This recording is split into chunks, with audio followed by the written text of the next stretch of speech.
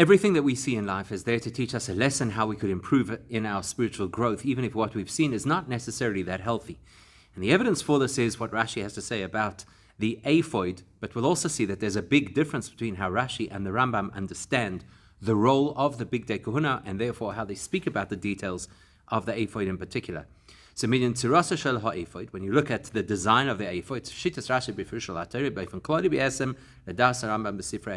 in broad strokes, Rashi's understanding of the aphoid is very similar, almost identical to what the Rambam says in Mishnah Torah, which is that the width of the aphoid is effectively the width of a person's back, shoulder to shoulder. And the Rambam tells us that the length of the aphoid is from pretty much where a person's armpits are, all the way down to their legs. Despite the fact that Rashi and the Rambam are very similar in their view of the aphoid, there are certain nuances. There's three differences between Rashi and the Rambam, namely, let's start with the width. There's one difference between Rashi and the Rambam as to the width of the aphoid, because Rashi calls it that it's the width of a person's back, and a little bit extra, which then, which is then wrapped around a little bit of the front of the coin, or at least the sides of the coin, going towards the front. Whereas the Rambam says that the width of the aphoid is the width of a person's back, shoulder to shoulder, which implies no wider than that. So Rashi is seeing the aphoid is slightly wider than the Rambam. First difference. The two other differences are with regards to the length and the position. When it comes to the length, Rashi So Rashi says that the way that he binds the aphoid to tie it onto his person is around about the height of his heart, below his armpits. And it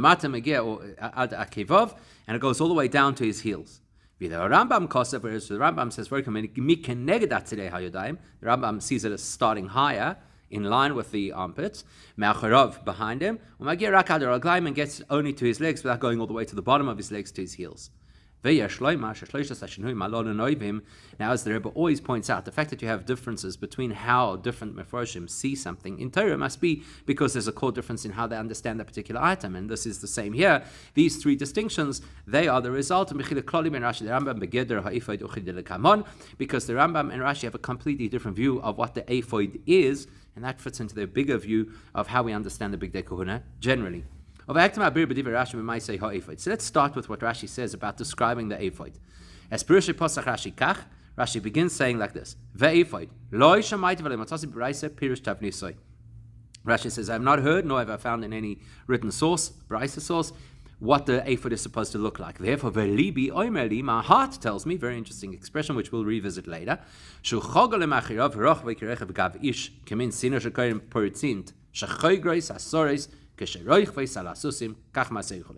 Rashi says, my heart tells me that it's like an apron which is tied from the back. In other words, it sits on the back of the person and comes around to be tied in the front, almost like a reverse apron, which is similar to the kind of thing that the noble women wear when they ride horses. And it's quite a long Rashi where it goes into quite a lot of detail about the aphoid. Now, what's interesting here is that Rashi says, I don't see anywhere that tells me what the aphoid is, so therefore I'm telling you what I feel, almost like my intuition tells me. So we need to understand that because besides the fact that there are these three differences in the description of the aphoid between Rashi and the Rambam, other than that, the Rambam's view of the aphoid is pretty much like Rashi's. And yet, the Rambam does not say, it seems to me that the aphoid is such and such. Which is what the Rambam would normally have done if he said something without showing us the source for it. That implies that Rambam did have a source of what the aphoid is supposed to look like. Whereas Rashi says, it's my intuition, implying that he doesn't have a source. So how is it that the Rambam and Rashi pretty much say the same thing about the aphoid, yet the Rambam seems to imply a source, and Rashi indicates that there's no source? And then when you look at the commentators on the Rambam, they say, how does the Rambam get to the description he gives of the aphoid? From just understanding what the psukim have to say, which is, that is what Rashi bases his whole conversation always on the simple understanding of the psukim. So how is it that the Rambam is able to deduce from the simple psukim what the aphoid looks like, and Rashi says, this is what I think? Although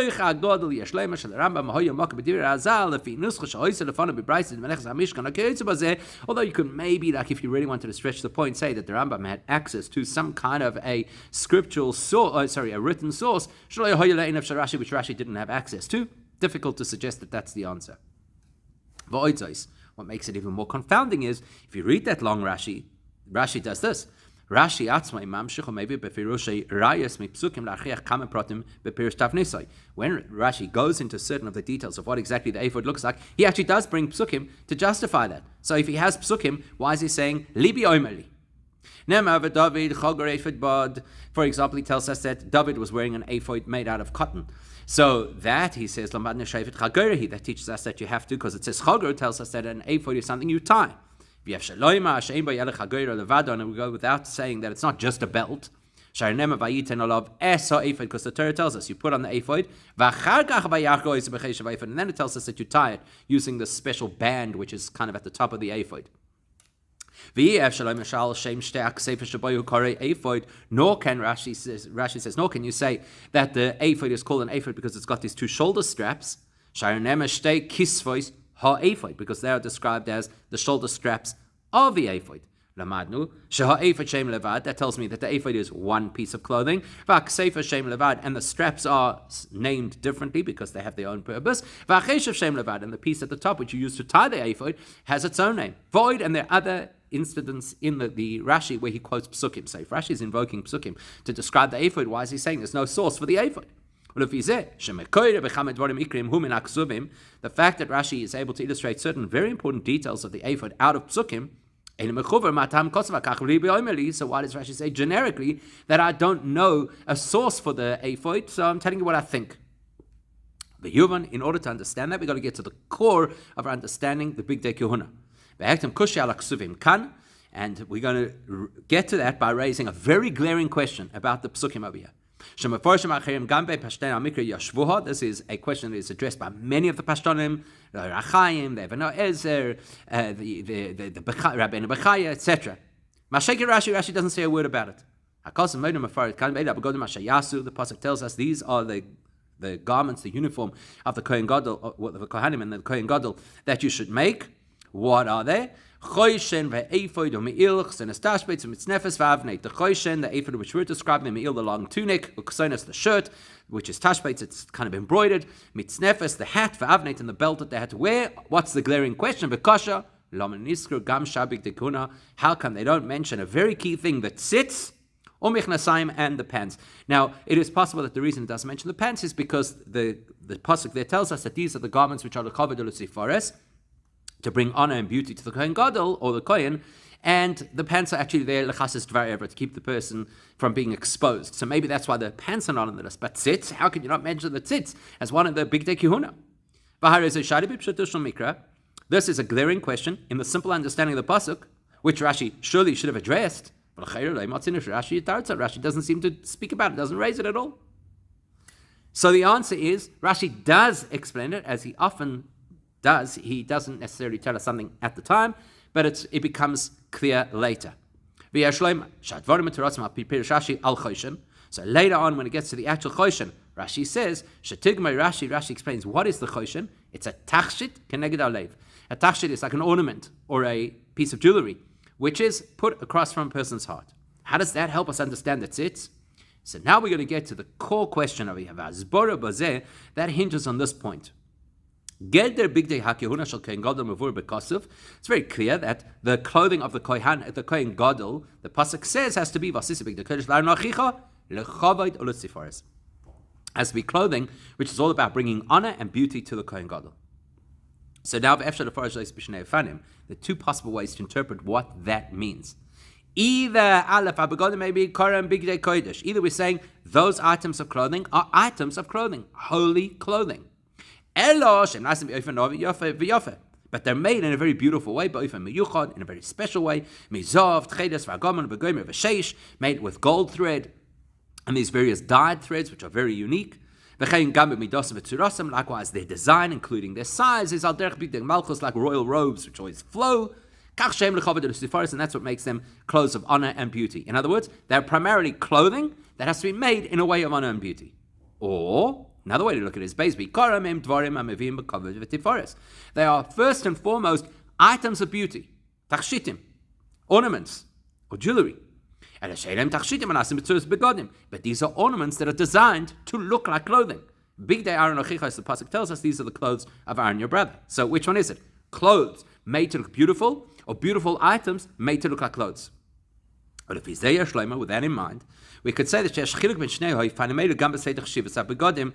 depending on which angle you look at it from, will also tell us about the order and therefore the importance of the garments.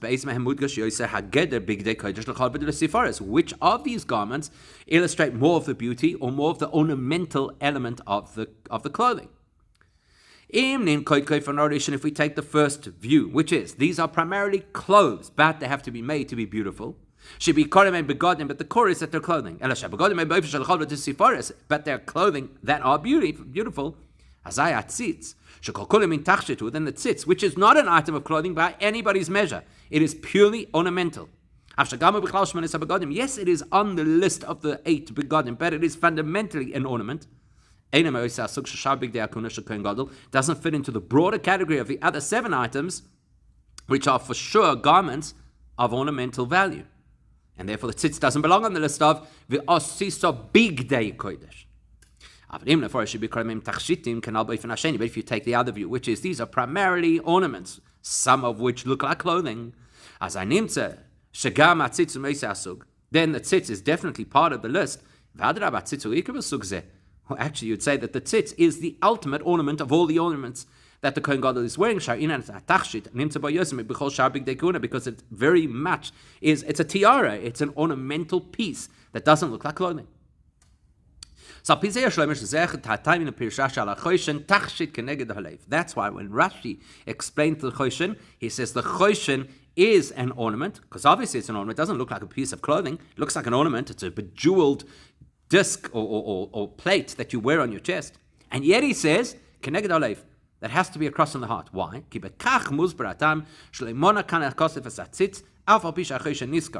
Rashi is doing for us is illustrating the distinction between the choshen, which is an ornamental piece, and the tzitz, which is an ornamental piece, and yet the choshen belongs on the list of ve'ele habegodim, and the tzitz does not. Why?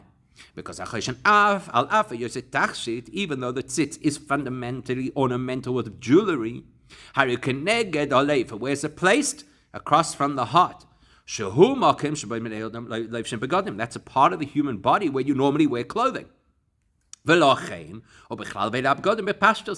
why it fits under the category of these are clothes, even though it's an ornamental piece, but it's part of a person's normal clothing. Whereas the tzitz is not normal ornamental clothing. Where is it? It's on a piece of material on the person's hat. So the hat is the item of clothing. The tzitz is not an item of clothing. Plus, it's on Aaron's forehead. That's not a place where you normally wear clothing on your forehead. Therefore, it does not belong under the category of ve'ele habegodim. So by Rashi describing why the choshen is a beged, he's answering why the tzitz is not on the list of ve'ele habegodim. So now that Rashi's positioned this, which is telling us that the choshen is effectively under the category of begodim, even though it's ornamental, from that he goes into the ephod of a hektim. Leil b'Parshas Truma, by way of introduction, Rashi already pointed out in Parshas Truma, his kvar Rashi, he already told us, shechoshen ve'ephod meforashim bevate Tetzaveh ve'hem minei tachshit. He tells us, when you get to Parshas Tetzaveh, you're going to encounter the choshen and the ephod, and they are a type of ornament. And it's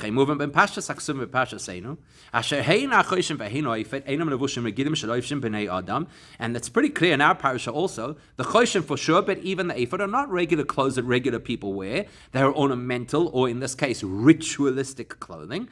And they are therefore, they're there to bring, they are ornamental clothes that add to the grandeur, to the beauty of the Kohen Gadol's uniform. With that in mind, Rashi now tells us another insight. My intuition tells me that it is tied coming from the back, It is as wide as a person's back. And it is the same design as those reverse aprons that the noble women wear when they're riding on horses. And then he goes into the detail of exactly what the ephod looks like. Meaning, even though we've already pointed out that Rashi quotes psukim that give us a sense of what the ephod looks like, the purpose of all of those proofs is only, as Rashi himself tells us, to tell us that the ephod is separate from the shoulder straps, which is separate from the tying band at the top of it. All of those psukim help us understand that the ephod is its own ornamental piece.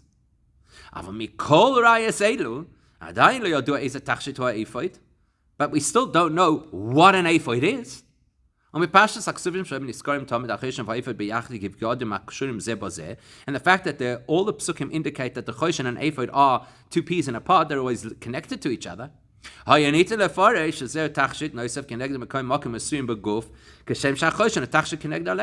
might have thought that the ephod is a particular ornamental piece that is supposed to be on a specific limb of the body, like the choshen is an ornamental piece that is specifically on the chest across from the heart. That's what you would have thought, because you always see them in tandem. Choshen and ephod always go together. So therefore Rashi has to tell us. It's actually a reverse apron, like the noble women wear on their horses. What's Rashi illustrating? This is not an ornamental piece that has to fit a particular part of the body like the choshen does.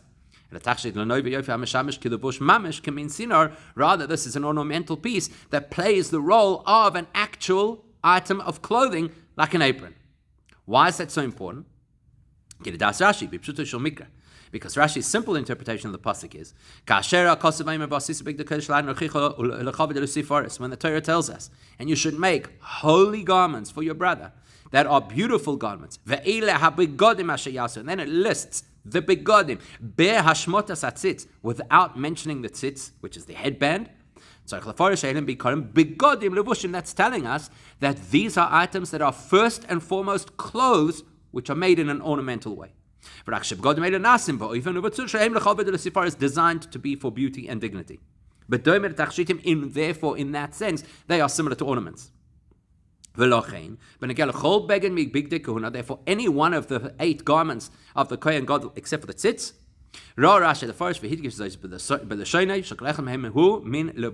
Rashi will highlight how they are like an item of clothing. Including the choshen, which Rashi does call a tachshit, a piece of ornament, of jewelry. He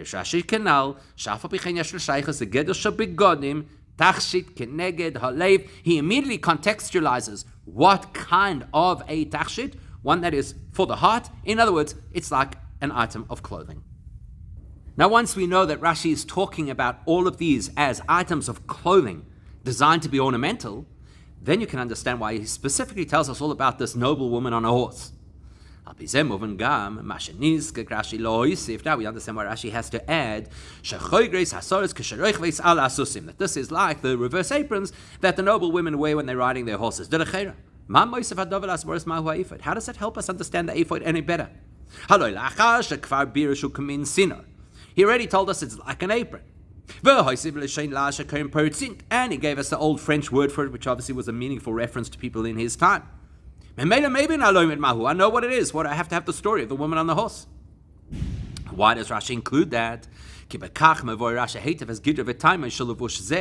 Because he's using this example of the noble woman riding her horse to explain what the ephod is and what its purpose is. First, he's telling us it's something the women tie. Which women? Noble women. So therefore, that tells us it's not an apron like you wear in the kitchen. This is a dignified item of clothing that is reserved for the elite. It's not an item of clothing for regular people. That's why it is in the category of garments that are made for honor and beauty. And it is linked to and follows straight on from the choshen, which is a royal item. Can you imagine wearing this whole set of jewels on your chest? Something else he tells us. Why do you think it's important to know that the women are wearing this when they're riding on a horse? So think about it. When a woman rides a horse, she wants to wear an extra layer of clothing to keep tznius. Which is almost in a sense the opposite of ornaments and jewelry, which are there for flaunting. That's what you wear in the public. You go to a royal ball and you're wearing all your jewelry. Here, you're wearing something which actually makes you a little bit more modest. And so takshitim are usually for social engagements, public appearances. This is for when you're riding a horse. With that information, Rashi is telling us something about the ephod we would never have thought of. It's not just another item of clothing that he wears on him to add to the grandeur of his appearance. But this is an ornament. That is considered an item of clothing, and not just any item of clothing. It's an item of clothing to protect the modesty of the Kohen Gadol. And we already know that Kohanim have the sensitivity to modesty, because the Torah tells us that you cannot have steps going up to the Mizbeach in case the Kohanim lift their legs and expose their calves. So because of the holiness of the Mizbeach, the stones of the Mizbeach, the Kohanim have limits to what they can and can't expose and how they have to dress, even though they're wearing pants. So if a Kohen has to have that degree of modesty, certainly the Kohen Gadol. He is a holier member of the community, so we expect a higher level of modesty from him, and therefore he's got this extra ephod which protects him. Now, once you know that, by the way, it's going to help understand how Rashi describes the design of the ephod. If it's there to produce a sense of tznius, then the Rambam and Rashi are going to have two very different opinions about what it has to look like. According to the Rambam, Rambam is going to see it completely differently, that the core purpose of these special Kohen Gadol clothes is lo beged begodim mamish, and not that they're clothing at a beged takshitin, they're primarily ornaments. As he understands from the psukim, that those four items unique to the Kohen Gadol are not normal clothes. Normal people don't wear a tiara and a breastplate and a reverse apron and a long me'il. Therefore, when the Rambam begins the description of the begodim that are unique to the Kohen Gadol, he starts first with the tzitz, because that is the one, as we've already mentioned, that screams tachshit. Because the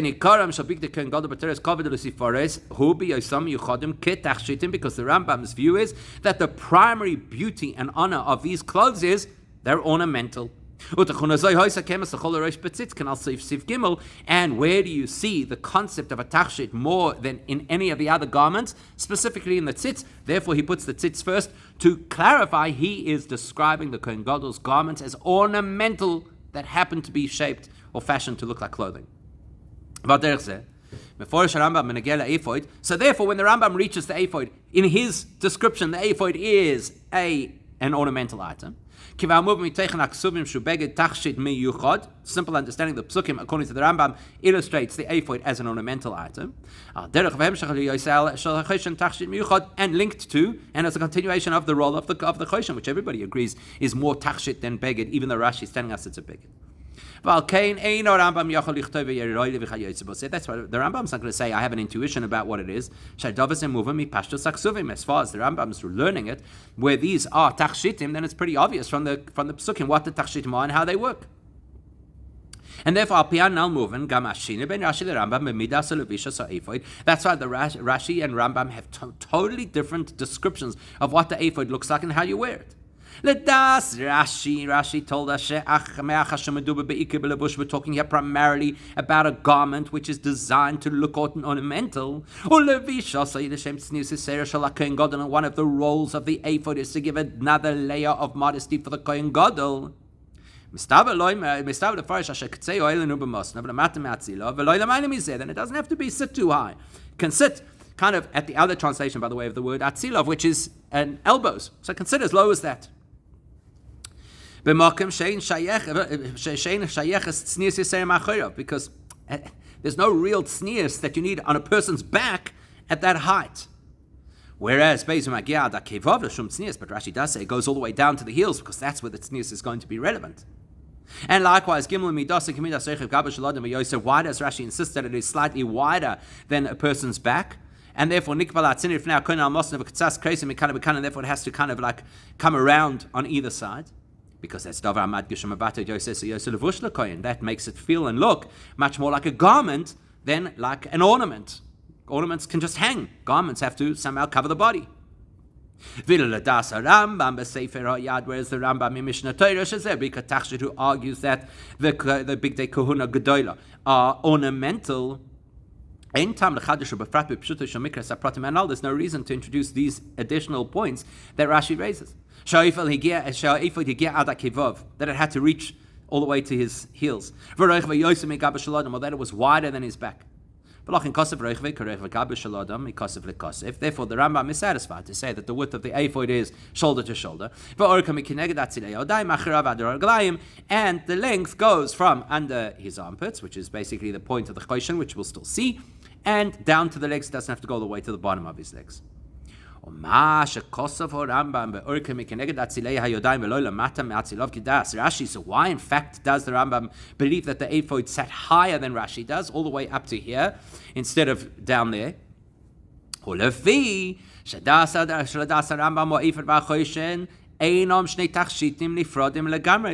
the Rambam believes fundamentally, as we'll soon see in a moment from the Rambam's own language, that the choshen and the ephod are not separable. You need a choshen plus an ephod to actually have a full tachshit, similar to tefillin, right? Tefillin shel yad and tefillin shel rosh are two different mitzvahs, but together they form the concept of tefillin. So the choshen and the ephod are two different mitzvahs, but together they form a singular tachshit. How does he know this? Kloimar. So, for example, when you're using the choshen and ephod, that if the king, for example, or the leader wants to ask a question via the Urim v'Tumim, and the Kohen Gadol is then going to have the Ruach HaKodesh to reply to him, that could not work if he had the choshen minus the ephod. Nobody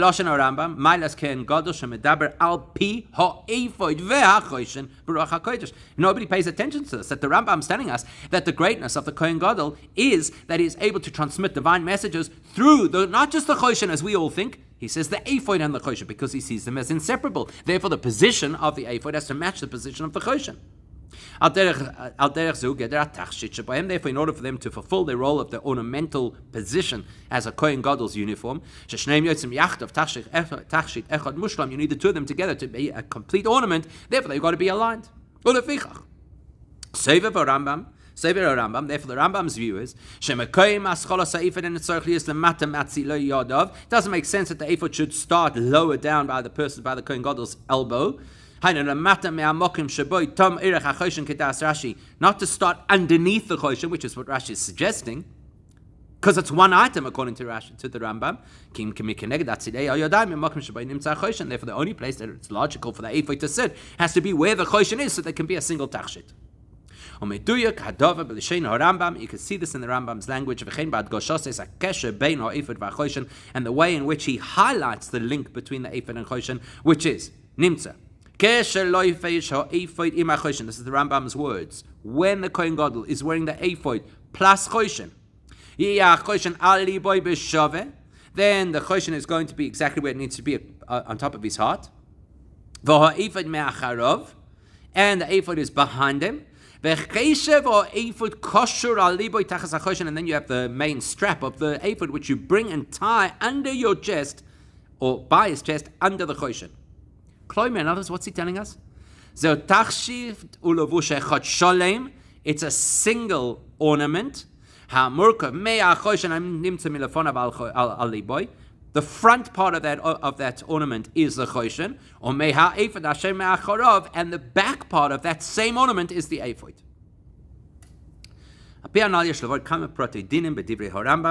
And that also helps us understand certain halachas that the Rambam writes. Firstly, the Rambam says something quite unusual about the order in which the Kohen Gadol would put on his clothes. He says this: Kohen Gadol after the Kohen Gadol ties on his avnate, which is the gartel that goes over his kasonis, the shirt. Loi v'sham'il, he puts on the long me'il tunic. Ve'ala me'il ha'oifed ve'ha'choishen. Then on top of the me'il, he puts the ephod and choishen, so he's putting them both together, but not only that. And then he ties the front part of the ephod underneath the choishen. Rambam mashma, sounds like what the Rambam is saying is, put on the ephod, don't tie it, put on the choishen, then tie the ephod. Now that's a little bit of a tricky comment because they're two different psukim and they seem to illustrate two different points. But in our parsha, where we're told about how you design the uniform, there the Torah says the way you put it on is you put on the ephod and choishen, and then it tells us how you secure it all by tying the band of the ephod. Sounds like the Rambam. But that's not the only reference. Parashat Tzav, which is the first time the Kohanim actually wear their uniforms, where it describes how Aaron put on these clothes actually. There it says, it says he put on the ephod and he tied and secured it. And then the pasuk says that you put the choshen on top of it. So the Ramban has a comment about this. Do you notice what happened over here? The Torah first said put on the ephod and tied, and then it told us about the choshen. Because Moshe understood how the practicalities of putting on clothes works.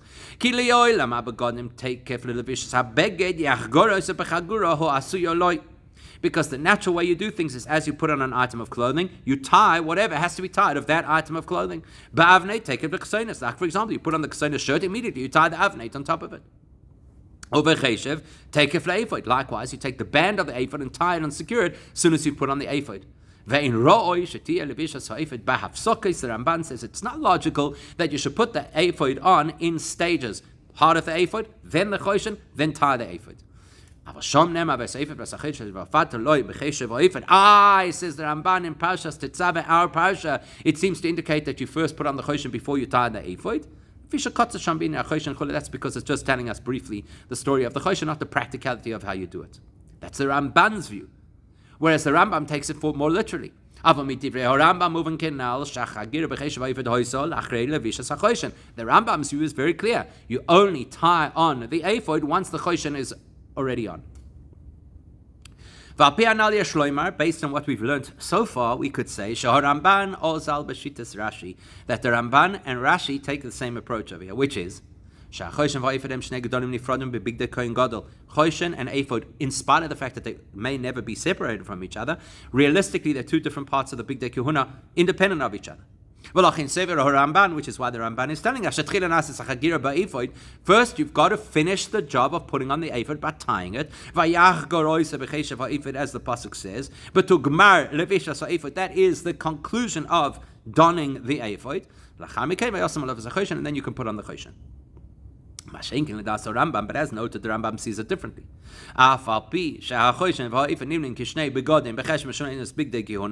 Even though the ephod and the choshen are listed as two different parts of the big kahuna, still but the two of them together make a single entity, an ornament like the Rashi, like the Shalyad and Shalrosh make a single entity tefillin. And the Rambam follows his approach to understanding b'chlal the relationship between the ephod and the choshen, which is that there is a requirement according to halacha that the choshen and the ephod have to be bound together. The Torah tells us clearly the choshen may not move off the ephod. Now, it would appear simply that that's during the avodah. Says the Rambam, any person who dafka separates the two of them to try and undermine the purpose of the levushim gets malchus. Says the Rambam, that's not only during the time that the kohen is in active service inside the Beis Hamikdash, as others would suggest, even if it is not during active service. Because the Rambam saying it's not a law related to the service of the Kohen Gadol, it's a law related to the definition of this beged. The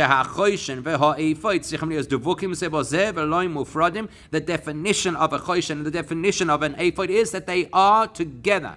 If they're not together, they're not a choshen, they're not an ephod. That's why the Rambam believes it's one process of putting on clothing, not that the Ramban said you're breaking up the ephod. No, it's all one thing. He says, on top of the me'il, you put the choshen and ephod as a single entity. Once you finish putting on that whole item, then you tie it. And therefore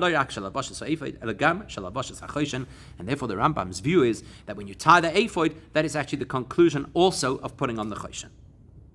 So we've got these incredible perspectives from the Rambam and from Rashi as to whether they are primarily begadim or primarily tachshitim, whether primarily the ephod and choshen are a single entity or not, and that informs all of their opinions about how it looks and how it's put on. From Rashi, we learn an incredible lesson. There's an incredible lesson of how we serve the Eibishter from what Rashi told us. Because we know very well that the Baal Shem Tov taught us every single thing that a Jewish person sees or hears is there to teach us a lesson how we serve the Eibishter. And it's self-understood. The Gemara tells us, out of everything that the Eibishter created in the world, not one thing was created without a purpose. Move on.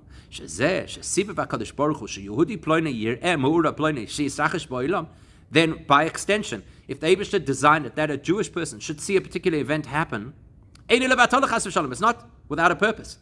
There's a reason why the Eibishter wanted you to see that. What is the purpose of being a human being, of being a Jewish person? To serve the Eibishter. Therefore, if I'm seeing something, it has to aid me in serving the Eibishter. Therefore, Rashi teaches us here, it's not only somebody who's the highest person in the Jewish community, a Kohen Gadol, or even just an adult. Rashi feels that it is critical that even a child who's just starting out on their journey of learning Torah, 5 years old, has to know this principle. Because everybody knows the story that the teachers tell their students about this Rashi. When they reach this Rashi, they say, the fact that Rashi compared the ephod to this interesting kind of backward apron that the noble women wear. So what does everybody say?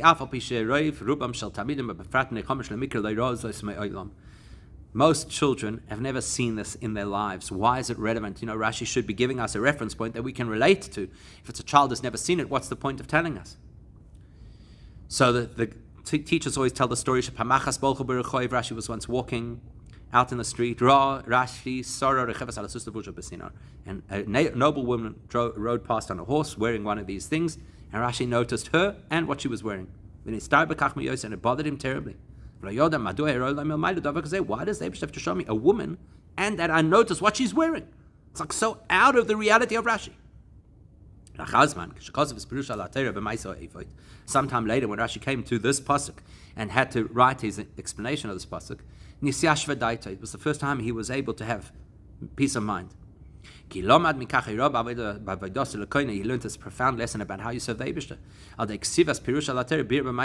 That now he's able to explain through his commentary what the ephod is based on this incident that made him so uncomfortable. And as we've already illustrated, not only did it help him explain what the ephod looks like, but also why there would be an ephod as part of the uniform of the Kohen Gadol to add more tznius. The Eibishter showed it to him from on high. What a gift! In order that people should be able to understand the ephod properly.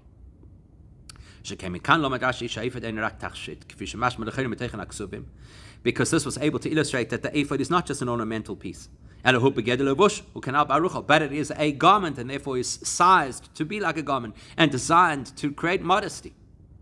Therefore, Rashi is teaching a young child everything a person sees, everything a person hears, even if it's something so out of line and out of character, like noticing a woman riding on a donkey, on a horse, and what she's wearing. Realize if the Eibishter shows you something, it's so you could learn and do more of what the Eibishter wants. And that gives us a deeper insight into, as dear Klishain Rashi's unusual expression, my heart tells me, and further my heart tells me. Strange expressions that Rashi doesn't normally use.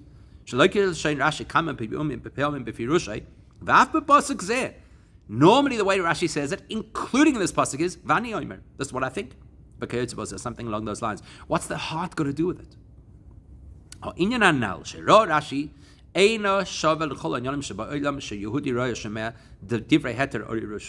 this incident of Rashi seeing a woman and noticing what she's wearing is not like an ordinary thing where you just see something happening in your life, something which is permissible.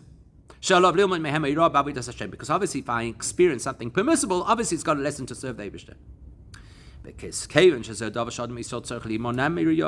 a Jewish person is not supposed to be looking at women, certainly not paying attention to what they're wearing. The Gemara is very careful that when it describes how a woman rides, the Torah is careful. The Gemara tells us the Torah is careful. When describing how a woman rides on a horse, it does not say that she rides, it says she sits. To emphasize, we shouldn't be looking. Now imagine something that happened that should never have happened. That was quote unquote inappropriate. To be able to learn from that a way to serve the Eibishter.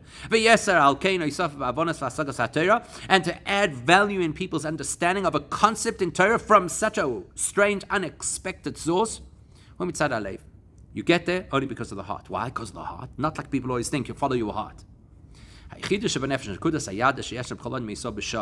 Shebenefesh, which is what we call the Pintele Yid, the core of who we are as Jewish people, that is equal in every single Jewish person, is not something you experience primarily through your brain, but through your heart. Yechidah is so much a part of the Eibishter that there's nothing in the world that could obstruct it, interfere with it, or conceal it. Including things which are not in alliance with the Torah, which are not aligned with Torah, they cannot block the Yechidah Shebenefesh.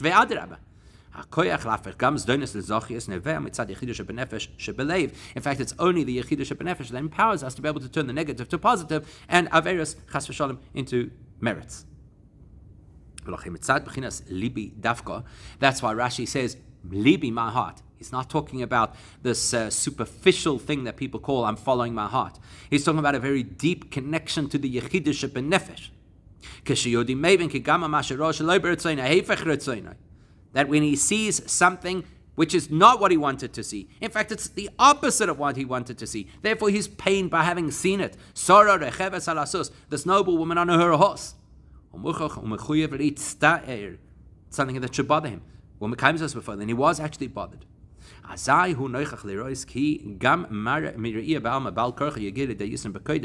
Then it is possible to actually see the value that comes from it. In other words, for those of us maybe who are not as sensitive as Rashi is, that's not a Yechidah Shebenefesh moment just because we saw something we shouldn't have seen. But because Rashi is a tzaddik, and Rashi is bothered by it, and Rashi is in touch with the Yechidah Shebenefesh, so therefore that pain can translate into being able to make it something viable. The value of light that emerges from darkness. Not that dispels darkness, but emerges out of the darkness. As Rashi